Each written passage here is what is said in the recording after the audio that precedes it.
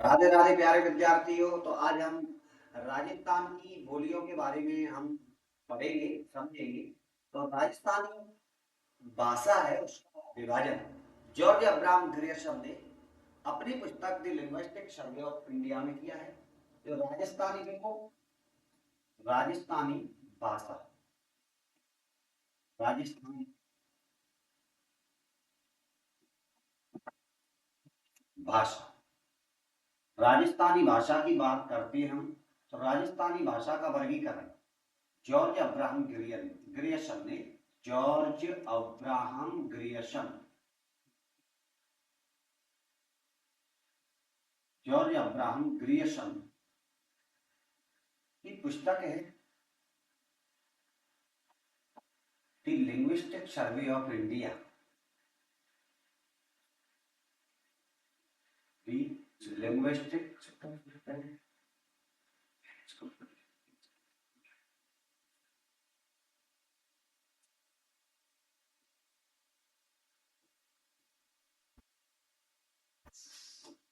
The linguistic survey of India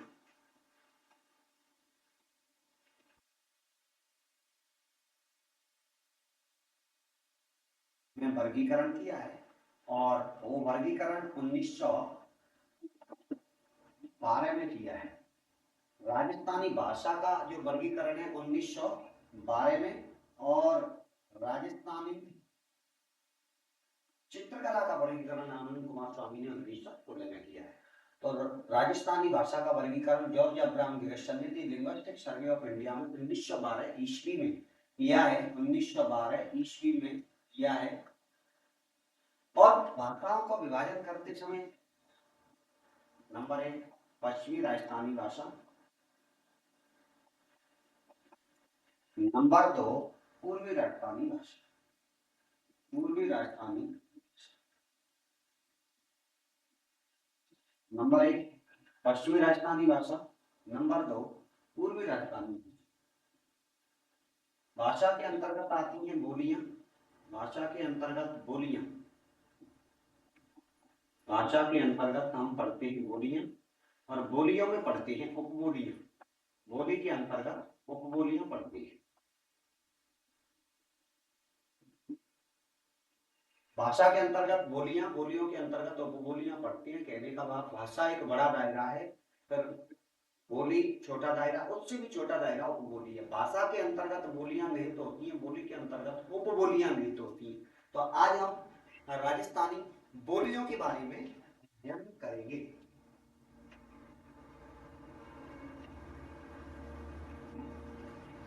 तो देखिए, पहला प्रश्न है, राजस्थान की भाषा के लिए राजस्थानी शब्द का प्रयोग सर्वप्रथम किसने किया? राजस्थान की भाषा के लिए, राजस्थानी भाषा के लिए राजस्थानी शब्द का सर्वप्रथम प्रयोग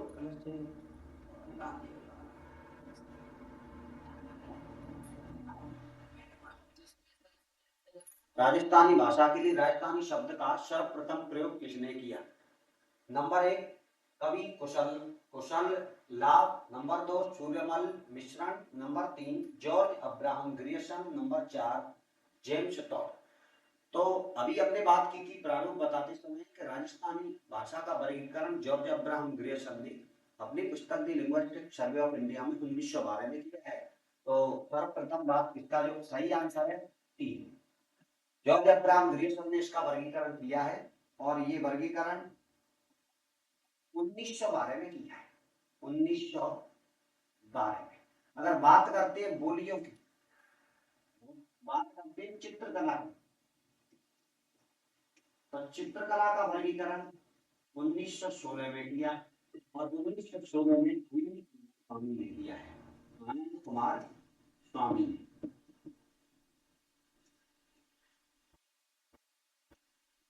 आनंद कुमार स्वामी ने अपनी पुस्तक आनंद कुमार स्वामी ने अपनी पुस्तक द राजपूत पेंटिंग्स में किया है, द राजपूत पेंटिंग्स,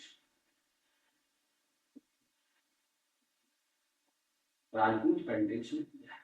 राजस्थानी चित्रकला की बात करते हैं तो 1916 में आनंद कुमार स्वामी ने अपनी पुस्तक द राजपूत पेंटिंग्स में वर्णन किया है। और राजस्थानी भाषा की बात करते हैं तो 1912 में लिंग्विस्टिक सर्वे ऑफ इंडिया में जॉर्ज अब्राहम ग्रीसन ने किया है। Linguistic survey of India, linguistic survey of India में किया है। तो सही आंसर है राजस्थानी। राजस्थान की भाषा के लिए राजस्थानी शब्द का प्रयोग सर्वप्रथम किसने किया? जॉर्ज अब्राहम ग्रीसन ने। ऑप्शन नंबर 3 से। लिंग्विस्टिक सर्वे ऑफ, देखो अभी हमने बात की है तो प्रश्न यही आ गया। अभी कहते हैं प्रश्न की कोई शक्ल नहीं होती, शक्ल प्रश्न की नहीं होती, तो शक्ल वक्ता की भी नहीं होती, इसीलिए कहते हैं शिक्षण प्रक्रिया अमूर्त प्रक्रिया, जिसकी कोई मूर्ति नहीं होती है। शिक्षण के इतने हाथ होते हैं, पैर होते हैं, गोरा होता है, काला होता है, शिक्षण अमूर्त प्रक्रिया। लिंग्विस्टिक सर्वे ऑफ इंडिया के लेखक कौन है? तो पहले प्रश्न में इसका उत्तर आपको मिल चुका है। तो लिंग्विस्टिक सर्वे ऑफ इंडिया के लेखक कौन है? George Abraham Grierson, L P Tessitori, Motilal Menaria, गॉरी स्मिथ, गैरी स्मिथ। तो इसका सही आंसर है जॉर्ज अब्राहम ग्रीसन। तो जॉर्ज ग्रीसन ऑप्शन नंबर 1 सही है। प्रश्न संख्या 3, राजस्थान की बोलियों का वैज्ञानिक अध्ययन करने वाला पहला विद्वान था। Option number 1 Gaurishankar Hirachand Ojha, option number 2 G A Grierson, option number 3 colonel James Tod, option number 4 कवि राजा श्यामल दास। तो बात पूछिए वैज्ञानिक वर्गीकरण। अभी इसका सटीक जो आंसर है वैज्ञानिक वर्गीकरण की हम बात करते हैं तो देखो हमने यही पे बात की थी। वैज्ञानिक वर्गीकरण 1912 में किसने किया है? जॉर्ज अब्राहम ग्रीसन ने। चित्रकला के वैज्ञानिक वर्गीकरण की बात करें तो 1916 में किसने किया है? आनंद कुमार स्वामी।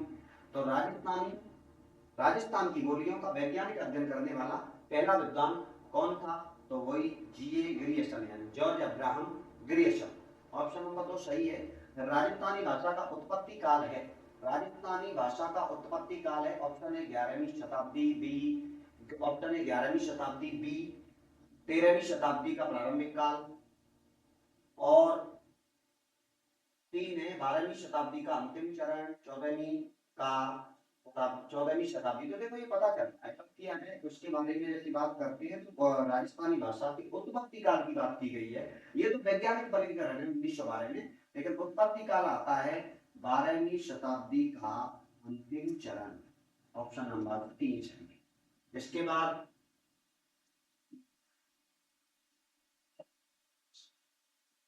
किस भाषा से राजस्थान का उद्भव हुआ है? तो राजस्थान का उद्भव देखो पता चलता है सौशल्य अपभ्रंश, मराठी, भोजपुरी। और राजस्थानी भाषा का उद्भव हुआ है, ऑप्शन नंबर 1 सही है, सौशल्य अपभ्रंश से राजस्थानी भाषा की उत्पत्ति हुई जाती है। निम्न में से कौन सा, ये देखो इसके ग्राफ बनाया है जो भाषा उत्पत्ति का, मोतीलाल मेहनारिया ने भी बताया। इसमें doctor Motilal Menaria, doctor Motilal Menaria, doctor Motilal Menaria ने बताया है कि राजस्थानी भाषा का उद्भव सौशल्य अपभ्रंश से माना जाता है। और राजस्थानी भाषा का वंश वृक्ष बनाया है डॉक्टर मोतीलाल मेहनारिया ने। तो मोतीलाल मेहनारिया ने जो राजस्थानी भाषा का उद्भव बताया है वो सौशल्य अपभ्रंश से बताया है। निम्न में से कौन विद्वान है जो राजस्थानी भाषा बोलियों से संबंधित कार्य के लिए नहीं जाने जाते हैं?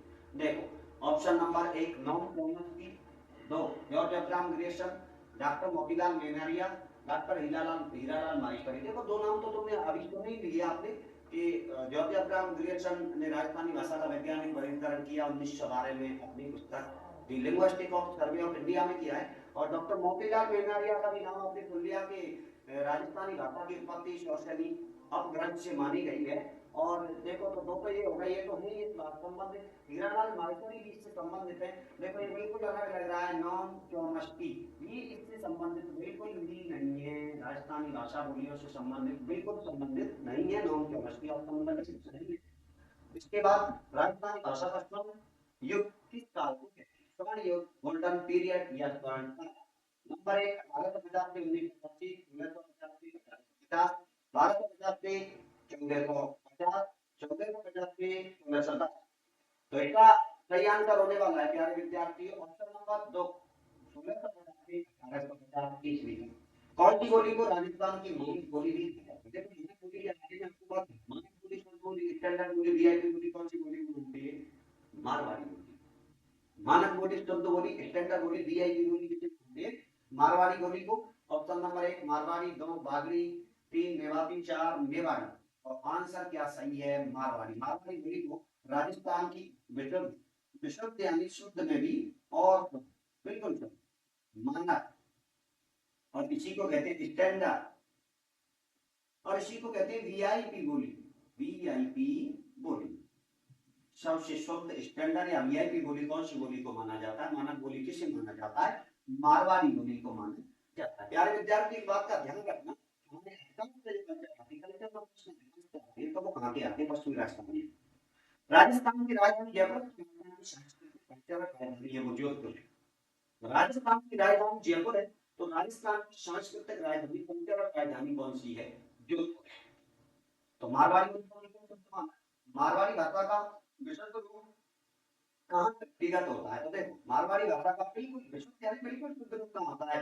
ऑप्शन 1 उदयपुर, सीमावर्ती, उदयपुर एवं सीमावर्ती क्षेत्रों में। 2 बीकानेर और उसके समीपवर्ती क्षेत्रों में।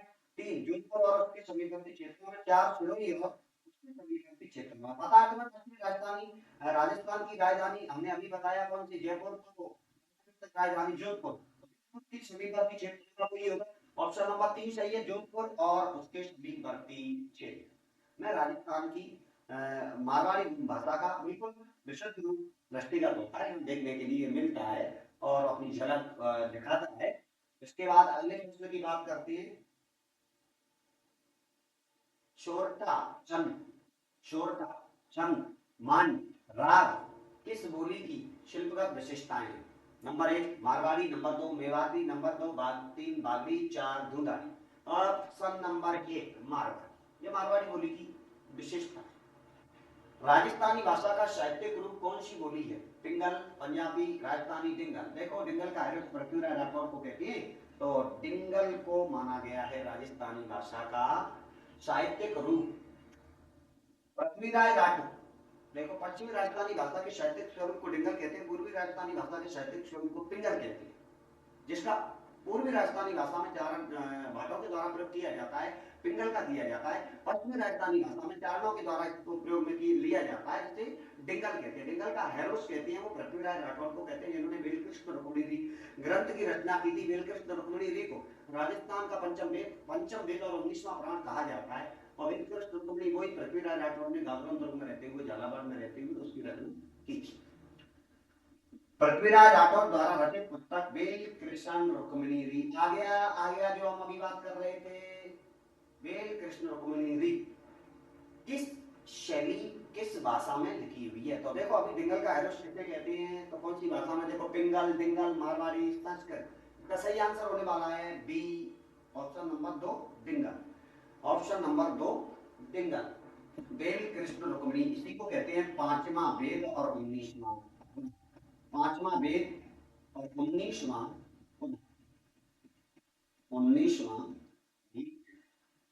वेद कृष्ण रुक्मिणी को पांचवा वेद और 19वां कहते हैं। देखो, ये पिंगल कौन सी भाषा में लिखी है? पिंगल, डिंगल, मारवाड़ी, संस्कृत। तो सही आंसर है इसका डिंगल। पश्चिमी राजस्थानी भाषा के साहित्यिक स्वरूप को क्या कहते हैं? पश्चिमी राजस्थानी भाषा की साहित्यिक स्वरूप को कहते हैं डिंगल। साहित्यिक स्वरूप को डिंगल कहते हैं, डिंगल कहते हैं। प्रश्न संख्या 13, कवि सूर्यमल मिश्रण ने अपनी पुस्तक वीर सतसई में किस भाषा में लिखी है?